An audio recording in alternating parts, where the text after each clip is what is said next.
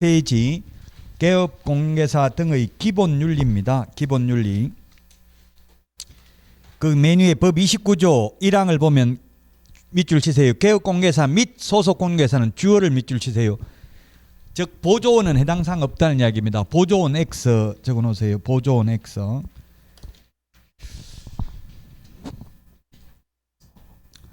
자, 기본 윤리입니다. 기본 윤리.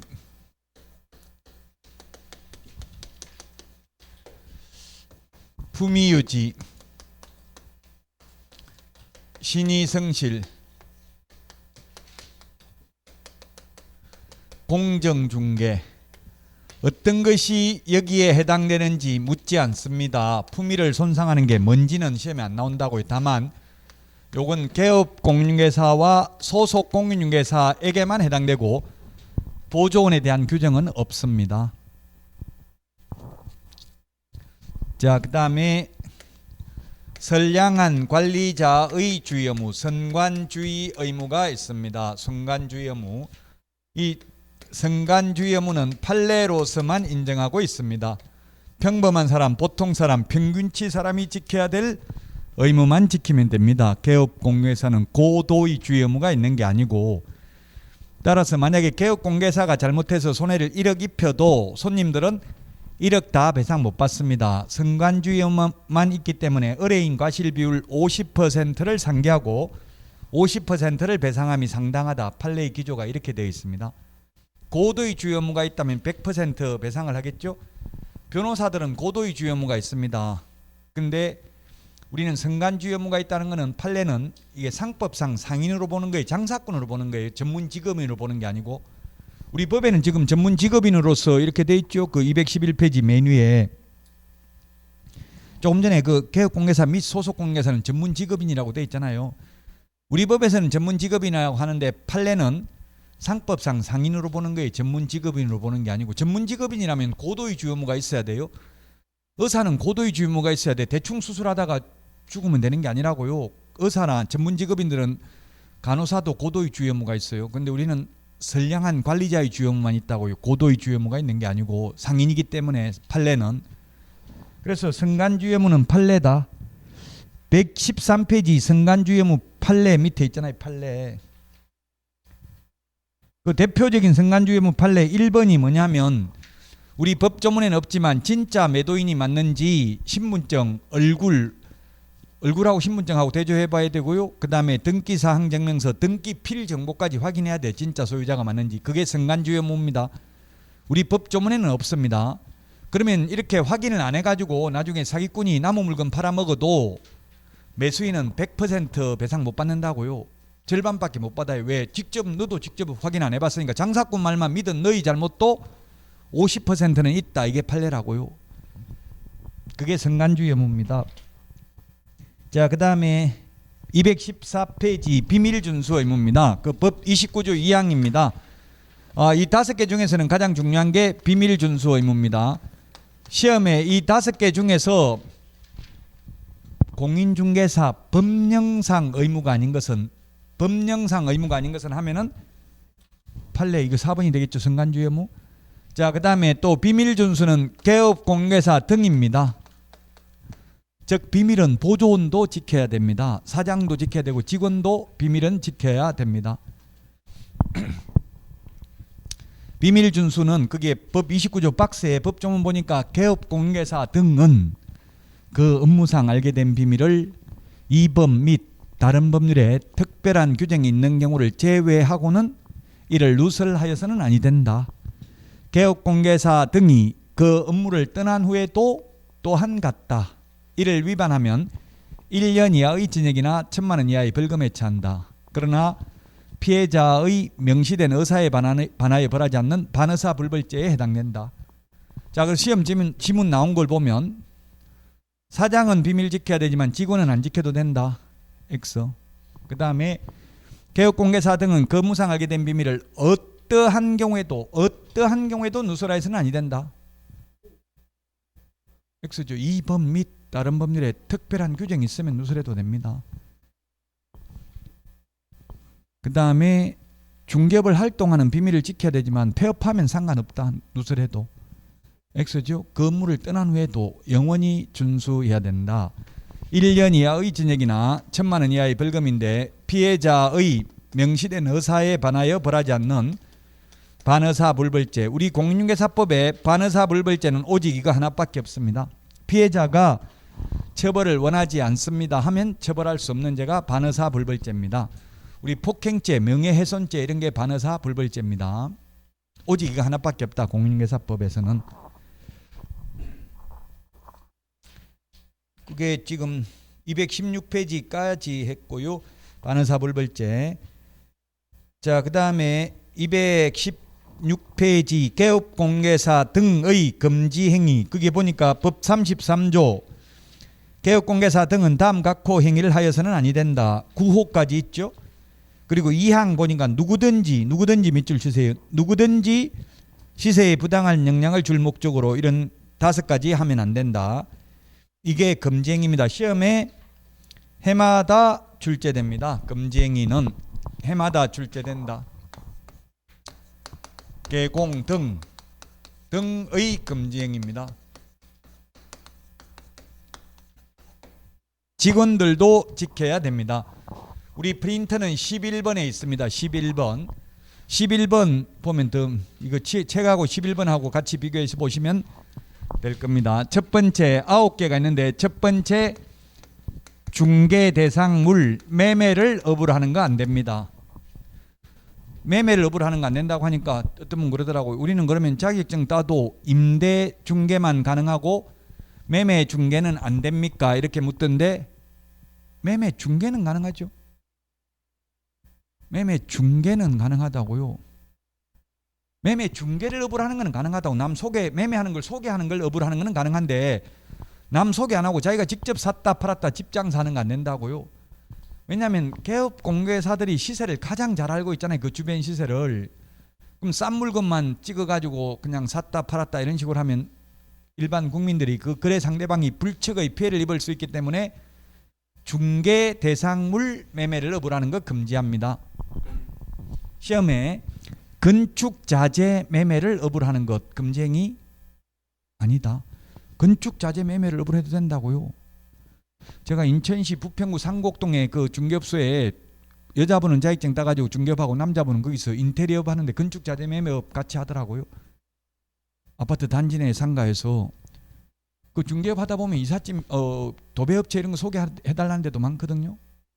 그러니까 굉장히 돈 잘 벌고 있더라고요. 가능해요. 건축자재 매매를 업으로 하는 거는 가능합니다. 근데 중개 대상물 매매를 업으로 하는 거 안 됩니다. 그 우리 프린터 11번에 교환 임대업 X 이렇게 돼 있나요? 임대업 X라고 돼 있죠?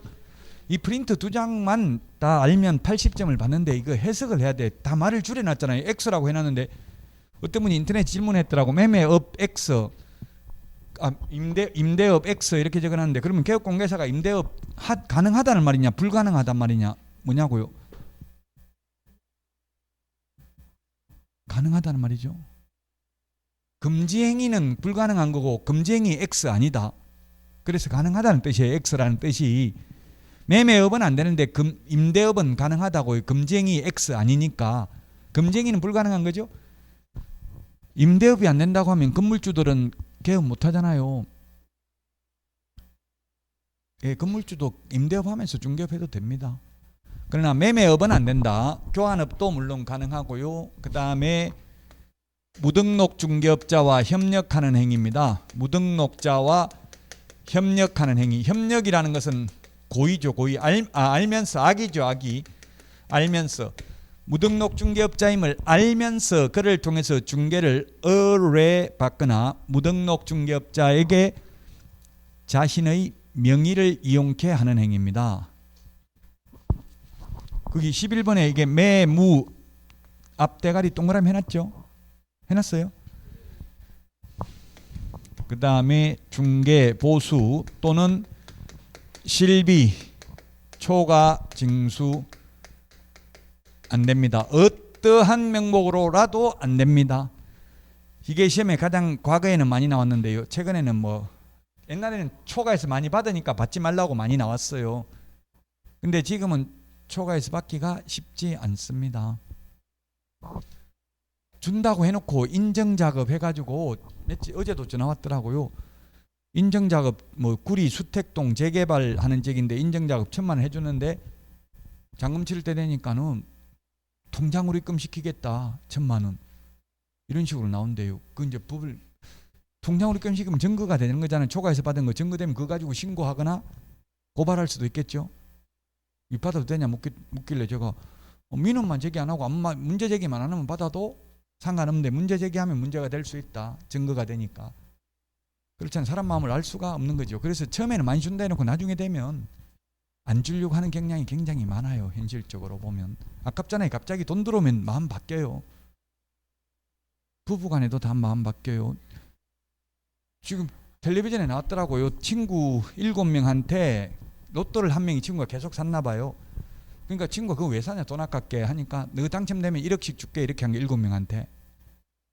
당첨이 됐대요. 1억. 1억이 아니라 1등이. 근데 어떻게 됐는지 모르는데 1등이 뭐 세금 다 내고 나니까 7억밖에 안 남았대요. 왜 그런지는 모르겠어요. 그 1등이 얼마인지는 모르겠는데 뭐 당첨 많이 되면 한 10억 정도 되면 세금 내고 나면 그 정도 될 수도 있겠죠. 7억 남았는데 정작 1억씩 다 주면 나는 10원도 못 가지는 거예요. 지금 친구 7명인데 그럼 줘야 되냐? 말로만 했어. 구두로 그 뭐 문서로 서면으로 적은 것도 아니고 그냥 말로 그냥 농담 삼아 당신네 너가 1억씩 줄게 이렇게 했다고요? 법적으로 줘야 돼? 안 줘도 돼요? 예? 이게 안 줘야 되는 거예요. 그렇게 흔드는 게 몸은 거부하고 있고 육체와 정신이 지금 분리되고 있어요. 예, 줘야 됩니다. 민법에 문서로 해야 된다. 무조건 X. 민법, 계약, 청약과 승낙의 의사표시만 있으면 되는 거죠. 예, 근데 나중에 그 사람이 나는 준다고 한 적 없다. 오리발 내밀면 입증을 할 책임은 있겠죠. 근데 동영상을 찍어놨대. 어린애들이 휴대폰이 있으니까 바로 동영상 찍어놔. 그럼 동영상 찍자 해가지고 그 말이 딱 녹화가 돼 있는 거예요. 그래서 이거 지금 소송 제기했더라고. 7명이. 그래가지고 정작 당첨된 사람은 10원도 못 가지게 생겼어요. 안 주고 싶죠. 7억 그 집 하나 살려고 하는데 집도 없이 산다는데 근데 소송 제기돼가지고 변호사 물으니까 줘야 된다. 준다고 약속했으니까 계약이니까 빨리 다 써버리고 돈 하나도 없으면 뭐 빼도 박도 사도 빨리 사도 그건 이미 소송 제기 내고 나서 빨리 사버리면 채권 멘탈죄에 해당돼서 형사처벌 받을 수 있고 민법의 사회행위 취소 대상이 돼요. 민법에 취소할 수 있잖아요. 사회행위는 취소할 수 있죠. 그래서 빨리 그게 소송되기 전에 미리 처분하고 돈 하나도 없었으면 모르겠는데 지금 골치 아프다고요. 어쨌든 말 조심하라고. 그래서 저도 와이프한테 다 준다 소리 절대 안 해. 1억 줄게. 와이프 한 명이니까 1억은 넘겠지. 1등 내면. 그래서 1억은 줄게 이렇게 말해요. 농담이라도 다 준다 했다가는 다 줘야 돼요. 그럼 다 주고 이혼당하면 나는 어떻게 되냐고. 돈 다 받아버리면 여자는 언제 버릴지 모르는데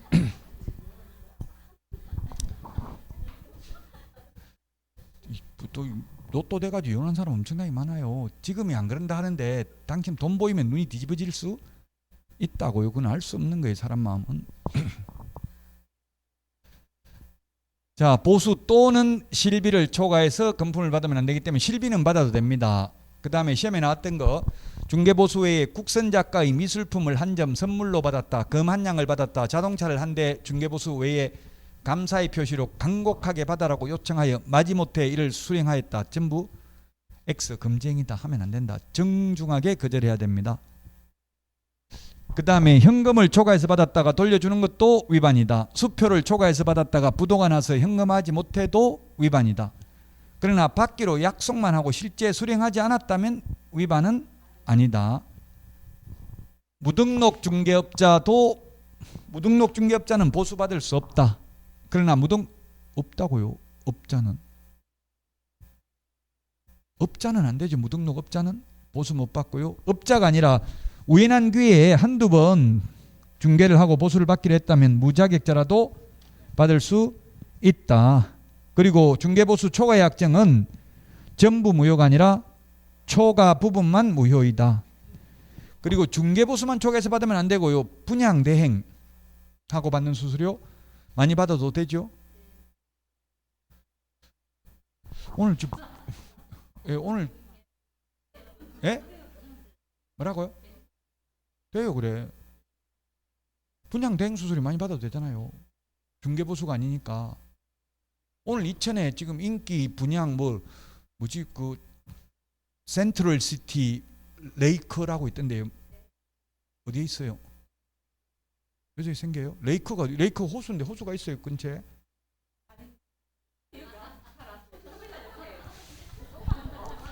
아 레이크 뭐 말은 너무 참, 그 원래 아파트 이름을 어렵게 지어야 그 돈이 비싸대요. 시부모들 못 찾아오게 헷갈려 가지고 그래서 아파트 이름 어렵게 짓는 거예요. 센트럴 시티 레이크 이러면 그뭐 저같이 영어를 좀 알아야 그거 알지. 그 보통 사람 같으면 알겠어요. 아 아는지 그 레이크구나. 난 또 어디 호수가 있는가 싶었더만 그 인기라고 나와 있던데 오늘 1순위 청약한다던데요. 인기지역 그 호갱노노에 어플 깔아놓으니까 계속 또 어디 인기지역 오늘 어디 분양한다 이런 거 전국적으로 다 나와요. 호갱노노 그 어플 하나 깔아놓으면 좋은 것 같아요. 호갱노노. 안흥지 호수 맞네요. 그 좀 크고 한 바퀴 돌려면 제법 멀던데. 자 그래서 분양 대행 수수료 받아도 되고요. 컨설팅 수수료 받아도 되고 이런 거는 중개보수가 아니니까 겸업하고 받는 보수는 중개보수 아니니까 많이 받아도 된다. 권리금 알선하고도 많이 받아도 상관없죠. 중개보수가 아니니까. 자 그 다음에 거짓된 은행 거짓말 거짓된 은행 그 밖에 거짓말 말씀은자 행동할 행자 거짓말 거짓 행동 어떤 것이 거짓말인지는 사회 통념상 판단해야 되고요. 의뢰인이 진실을 알았더라면 계약하지 않았을 것으로 생각되는 행위 하면 안 되고 판례는 매도인이 의뢰한 가격보다 무척 높은 가격으로 매수 의뢰인에게 제시하고 그 차액을 편취하는 행위도 거짓된 은행이다. 이거 위반하면 1년 이하의 징역이나 1,000만 원 이하의 벌금. 11번에 그 메뉴에 1년 이하의 징역이나 1,000만 원 이하의 벌금 적어놨죠. 시험에 이게 3문제 정도 나옵니다. 평균 한 문제는 반드시 나오고요. 11번 프린트가. 자, 그 다음에 분양 관련 증서 매매를 업으로 하거나 중개하는 행위. 매매를 업으로 하거나 중개하는 행위. 분양 관련 증서가 뭔지는 주택법에 규정되어 있습니다. 주택상환사채, 딱지, 물딱지, 조개딱지, 청약통장 이런 게 해당되고요. 동호수가 특정된 아파트 분양권은 미래의 건축물이기 때문에 분양 관련 증서에 해당되지 않고요. 상가 분양계약서도 이 분양 관련 증서에 해당되지 않습니다. 그 다음에 의뢰인하고 개업공개사 등이 직접 거래하거나 의뢰인 쌍방을 대리하는 행위입니다. 그래서 좋은 물건, 싼 물건이 나오면 실장 명의로 찍어서 돌린다. 현업에서 이런 말 하더라고요. 싸게 샀다 바로 대판 나는 이야기예요. 실장 명의로 샀다 대팔면 돼요, 안 돼요? 실장도 개업공개사 등이니까 개업공개사 등의 검증이니까 안 되죠.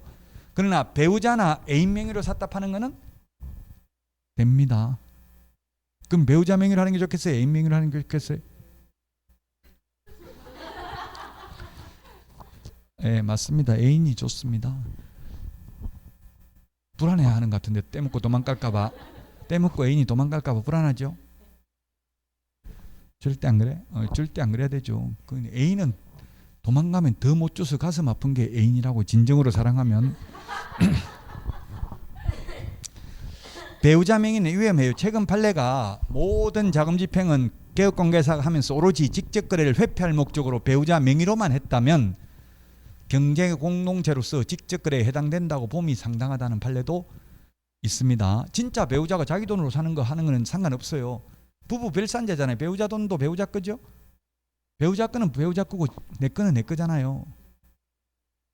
와이프는 저보고 제 거도 지 거고 지 거도 지 거다 하던데 그래 뭐 네 맘대로 생각하라 그냥 하고 나중에 그렇게 해도 나중에 헤어질 때는 내 명의로 있는 건 다 내 거라고요.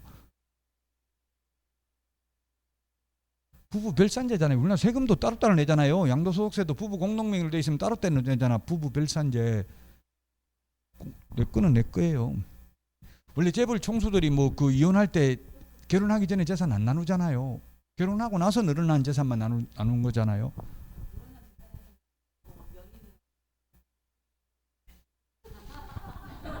예, 개인적으로 자세한 거는 상담해 드리겠습니다. 나중에. 예, 그러니까 재벌 총수들 이혼해도 뭐 많이 안 주잖아요. 그 이부진 뭐 신라 사장인가 이런 거 한 100억 정도 줬어요. 재산 반 나누면 지금 7조인가 8조인데 그러면 한 4조 줘야 되는데 반반 나누면 그 옛날 재산 줄 필요 없고 결혼하고 나서 늘어난 재산, 결혼하고 나서 생성된 재산만 나누면 돼요. 자, 직접 거래. 어쨌든 그 부동산 사면 누구 명의로 해야 돼요? 예, 일단 내 명의로 해야 돼요. 무조건. 그 내 명의로 돼 있는 거 주는 거는 내가 인심 쓰면서 주면 되고, 남의 명의로 돼 있는 거 빼앗아 오기는 엄청나게 힘들어요. 소송해야 되고 피곤하다고요. 저도 와이프 명의로 해달라는데 네 명의로 하면 너 그게 소득이 없어서 대출이 안 된다. 그래서 어쩔 수 없이 내 명의로 해야 되겠다. 이렇게 일단 이야기해놨어요. 대출이 안 될 수도 있거든요. 재산 그 소득이 없으면. 자, 직접거래, 개업공개사 등과 의뢰인 직접거래 안 되고요. 의뢰인 쌍방대리 안 됩니다. 쌍방대리는 안 되는데 일방대리는 가능합니다. 민법에서는 쌍방대리 됩니까 안 됩니까?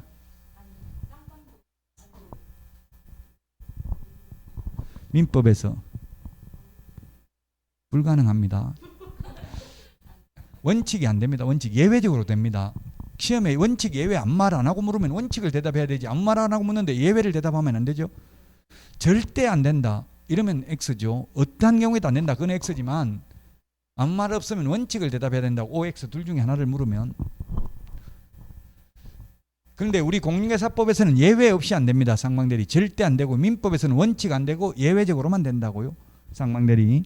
자, 그 다음에 탈세 목적으로 미등기 전매 등, 탈세 목적으로 미등기 전매 등 투기조장입니다. 투기조장. 이게 투기조장이 좀 애매하죠.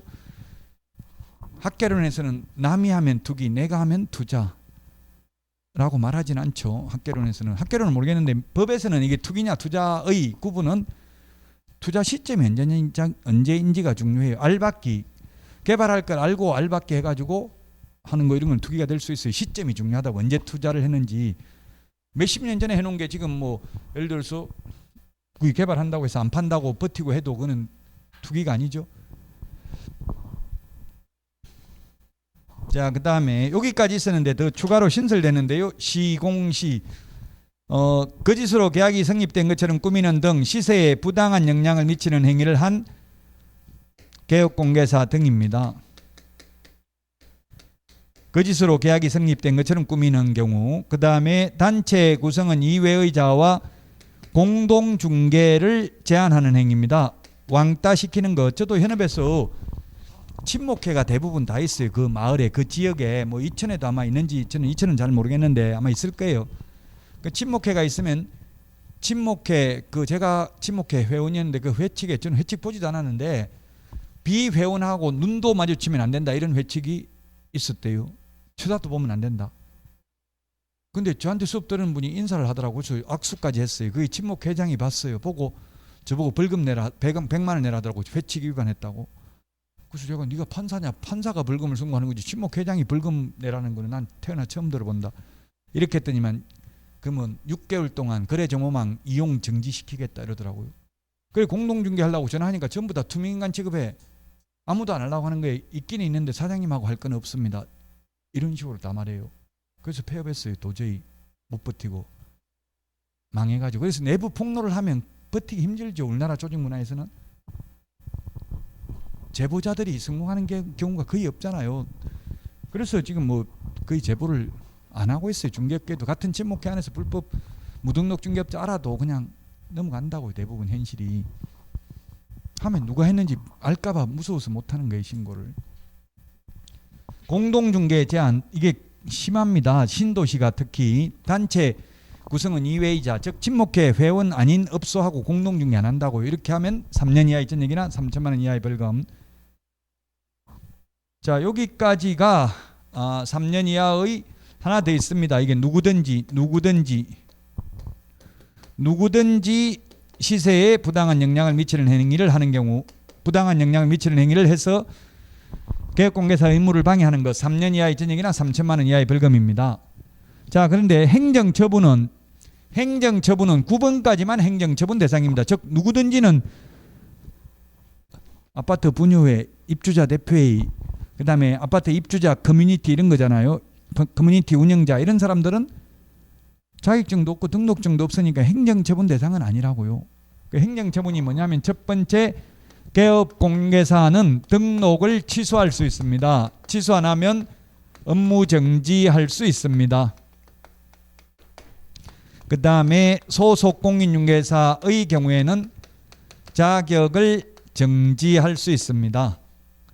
누구든지는 행정처분 대상은 아니고 3년 이하의 전역이나 3천만 원 이하의 벌금만 받는다고요. 누구든지는. 여기에서 시험에 한 문제에서 세 문제 정도 출제됩니다. 자, 그래서 어디까지를 했냐면은 230페이지까지 했고, 230페이지 맨 밑에 그 누구든지 그 다시 한번 볼까요? 누구든지 231페이지 맨 밑에 박스에 있는 거 다 똑같은 거 중복된 거잖아요. 231페이지 맨 밑에 박스나 맨 위에 박스나 똑같은 내용이죠. 이게 이제 누구든지 시세에 부당한 영향을 미치는 행위를 함으로써 개업공개사의 업무를 방해하는 행위입니다. 5개가. 암기 안 해도 이거 읽어보면 알 수 있어요. 1번만 한번 읽어볼게요. 안내문, 온라인 커뮤니티 등을 이용하여 특정 개업공개사 등에 대한 중개 의뢰를 제한하거나 제한을 유도하는 행위. 2번, 안내문, 온라인 커뮤니티 등을 이용하여 중개사물에 대하여 시세보다 현저하게 높게 표시 광고 또는 중개하는 특정 개업공개사 등에게만 중개 의뢰하도록 유도함으로써 개업공개사 등을 부당하게 차별하는 행위. 3번, 안내문, 온라인 커뮤니티 등을 이용하여 특정 가격 이하로 중개 의뢰하지 아니하도록 유도하는 행위. 4번, 정당한 사유 없이 개업공개사 등의 중개사물에 대한 정당한 표시 광고 행위를 방해하는 행위. 5번, 개업공개사 등에게 중개사물을 시세보다 현저하게 높게 표시 광고하도록 강요하거나 대가를 약속하고 시세보다 현저하게 높게 표시 광고하도록 유도하는 행위. 텔레비전에 뉴스에 많이 나온 게 용인이 주로 많이 나왔어요. 용인. 용인 같은 데는 착한 공인중개사 인증서를 준대. 중개사무소 분유회에서. 그 분유 회원들한테 그 인증서 있는 중개업소만 가라. 왜 착하나? 7억 올려달라면 7억, 10억 올리라면 다 시키는 대로 매물 올리라는 대로 호가대로 다 올려주는 거예요. 광고를. 그리고 광고를 올려놓으면 손님들은 그게 시세인 줄 알잖아요. 그런 식으로 시세를 조작한다는 이야기예요. 용인이 최고 뭐 여기 용인 사시는 분들 계시면 죄송한데 아니 그 뉴스에 나온 거 보면 용인이 좀 심하게 그런 게 많이 나왔어요. 용인이 지금 100만 명이 넘잖아요. 특례시가 됐잖아요. 용인이.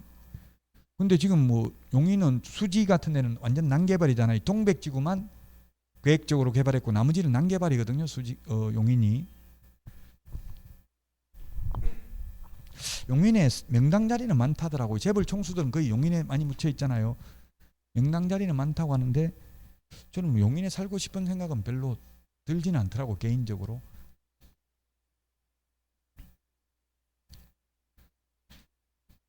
자, 어쨌든 이게 만약에 이렇게 시세를 조작해 놓으면 지금 가격이 내려갈 가능성이 있는데 내려가면 아마 이런 데가 부터 떨어질 가능성이 많아요. 억지로 올리는 데가. 자, 233페이지까지 다 했습니다. 그 3년 이하의 전역이나 3천만 원 이하의 벌금 요 칠판에 다 적어놨죠. 233까지 다 했고요. 그 다음에 234페이지 235페이지인데 오늘 프린트 내드렸죠. 그 부동산 거래 질서 교란행위 신고센터 설치 운영 절차 오늘 프린트 받으셨죠? 받았어요? 안 받았어요? 네,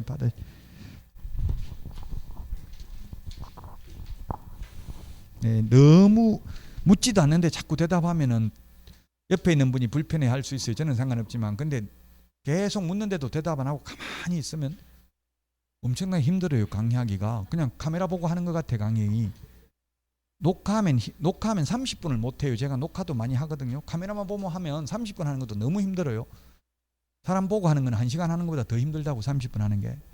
그러니까 조금 고개라도 움직이고 약간 리액션이 있어야 돼. 잘하신다고 지금 잘하고 계시는 거 대답도 틀리게 하고 이래줘야 기쁘다고 일부러 틀리게 알아도 모르는 척하고 일부러 좀 틀려주고 그렇게 해주시라고요. 그래야 가르쳐주고 싶고 재미있고 그렇거든요. 가만히 무표정해버리면 엄청나게 힘들어요. 다른 스님들한테도 마찬가지예요. 어떤 학원을 막 하면 제가 박수 치라 소리 안 해도 시작하면 막 박수 치고 분위기를 이렇게 약간 고조시킬 필요가 있다고요. 너무 다운돼가지고 있지 마시고. 자, 부동산 거래 질서 교란행위 신고센터, 인터넷에 부동산 거래 질서 교란행위 신고센터 치보니까 한국부동산원 전화번호 나오고요. 그 수원역에 가니까 광고 엄청나게 해놨더라고. 부동산 거래 질서 교란행위 신고센터 그 신고하라고 광고 많이 돼 있더라고. 지하철 안에, 지하철 타는데 보니까. 자, 프린트에 그 정리는 해놨고요. 그걸 교과서를 보면서 같이 또 보겠습니다. 234페이지 그게 법 47조 2, 47조 2 이렇게 되어 있는 거는 뭡니까? 이게 47조, 48조 있다가 중간에 신설됐다는 이야기죠. 새로 생겨서 47조, 48조 다 있으니까 어디 끼워넣을 데가 없으니까 47조 2, 또 새로 생기면 47조 3, 4 이런 식으로 한다고요. 그래서 모든 법은 이렇게 47조, 48조보다는 47조 2가 더 중요합니다. 새로 생겼으니까. 최근에 생겼다는 이야기잖아요. 무조건 최근의 내용이 중요합니다. 역사도 근현대사가 중요한 거지 고조선이 중요한 거 아니에요. 시험에 역사 시험 나오면 최고 현재 맨 마지막에 시행되고 있는 게 중요하다고요. 모든 과목이다. 최근에 이게 언제 생기냐면 2020년 8월 21일 날 신설됐습니다. 자, 누가 국토부 장관이 부동산 거래 질서 교란행위 신고센터를 설치 운영할 수 있다. 그 교란행위가 어떤 거냐면 그 밑에 동그라미 1, 2, 3번 있네요. 교란행위가 이겁니다. 이 세 개, 맨 밑에 세 개. 이게 신설, 요까지 노란색 칠해놓고 지금 다르게 색깔 칠했잖아요. 이게 신설됐다고. 2020년 8월 21일 이 세 개가 부동산 거래 질서 교란행위예요. 요 세 개를 신고하는 신고센터를 설치 운영할 수 있다. 시공시. 시세에 부당한 영향 미치는 행위, 이게 부동산 거래 질서 교란 행위잖아요. 왕따 시키면 단체 구성원들끼리만 거래를 하고 왕따 시키면 거기서 가격 조작을 할 수도 있잖아요. 몇 명 안 되는 사람끼리 자기들끼리 다른 사람 못 보게 하면. 그 세 개가 234페이지 맨 밑에 동그라미 1, 2, 3번이라고요. 자, 그 다음에 235페이지 양가로 2번 신고센터는 다음 각호 업무를 수행한다. 부동산 거래 질서 교란행위 신고의 접수 및 상담, 그 다음에 신고사항에 대한 확인 또는 시도의사 및 등록관청 등의 신고사항에 대한 조사 및 조치 요구.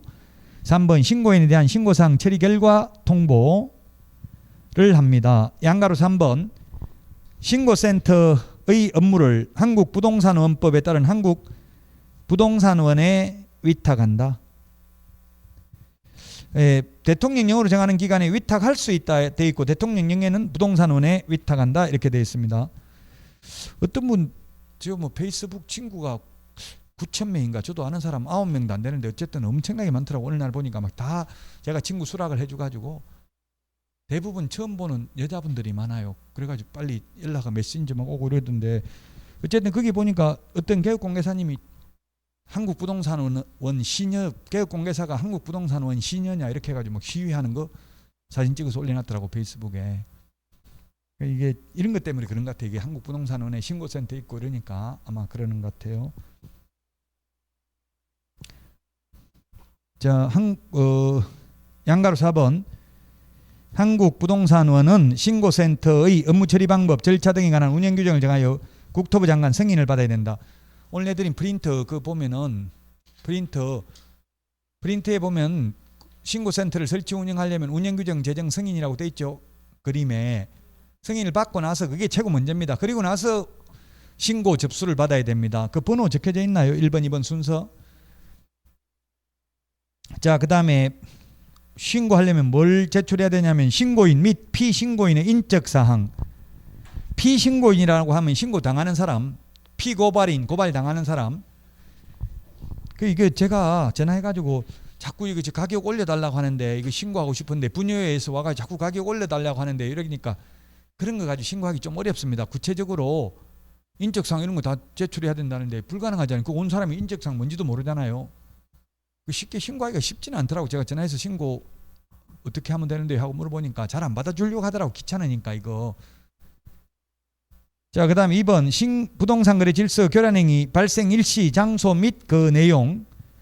그 다음에 3번 신고 내용을 증명할 수 있는 증거자료 또는 참고인의 인적사항.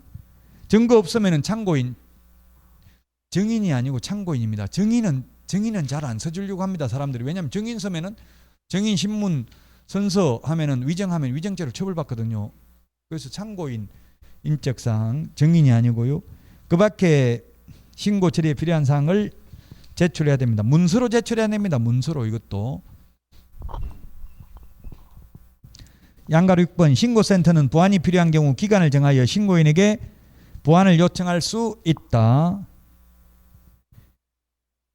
그 다음에 양가로 7번 신고센터는 신고사항에 대하여 시도의사 및 등록관청에 조사 및 조치를 요구해야 된다. 다만 다음 각호 어느 하나에 해당하는 경우는 국토부 장관 승인 밑줄 치십시오. 승인 받아서 접수된 신고사항 처리를 종결할 수 있다. 이거 외에는 사건 처리 종결 못하고 반드시 시도의사 및 등록관청에 조사 및 조치 요구를 해야 된다고요.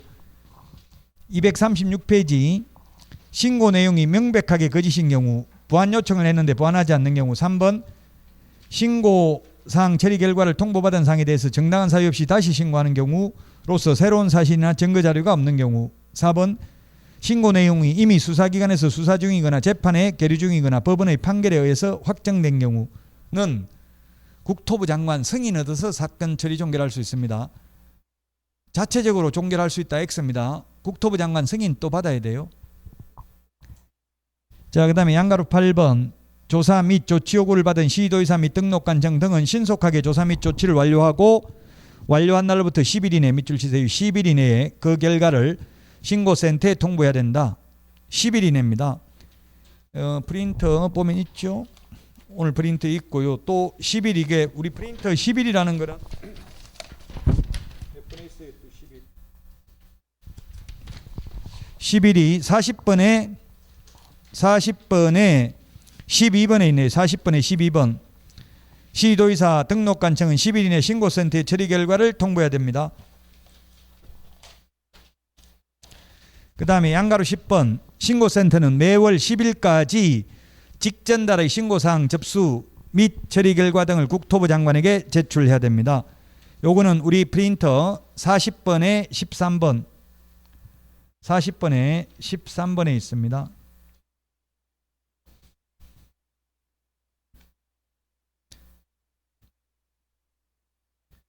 그 다음 11번 한국부동산원은 신고센터 업무 처리 방법 절차 등에 관한 운영 규정을 정하여 국토부 장관 승인 얻어야 된다. 오늘 프린터 그림 보시면 지금 읽은 거를 정리해 놨다고요. 프린터 오늘 프린터에 오늘 읽은 내용 특히 숫자 같은 거 주의해야 되겠죠. 10일 이내 10일 대신에 7일. 오늘 문제에 내드린 OX에 그런 거 있을 수 있어요. 10일 대신에 7일 X 이런 거 있을 수 있어요. 쉬는 시간에 문제 좀 미리 풀어보십시오. 집에 가서 예습 복습할 필요 없고 한 30분 일찍 나오셔서 좀 보시고 그냥 쉬는 시간에만 조금 한 5분 정도 보고 5분 정도 쉬고 이렇게 하시면 충분합니다.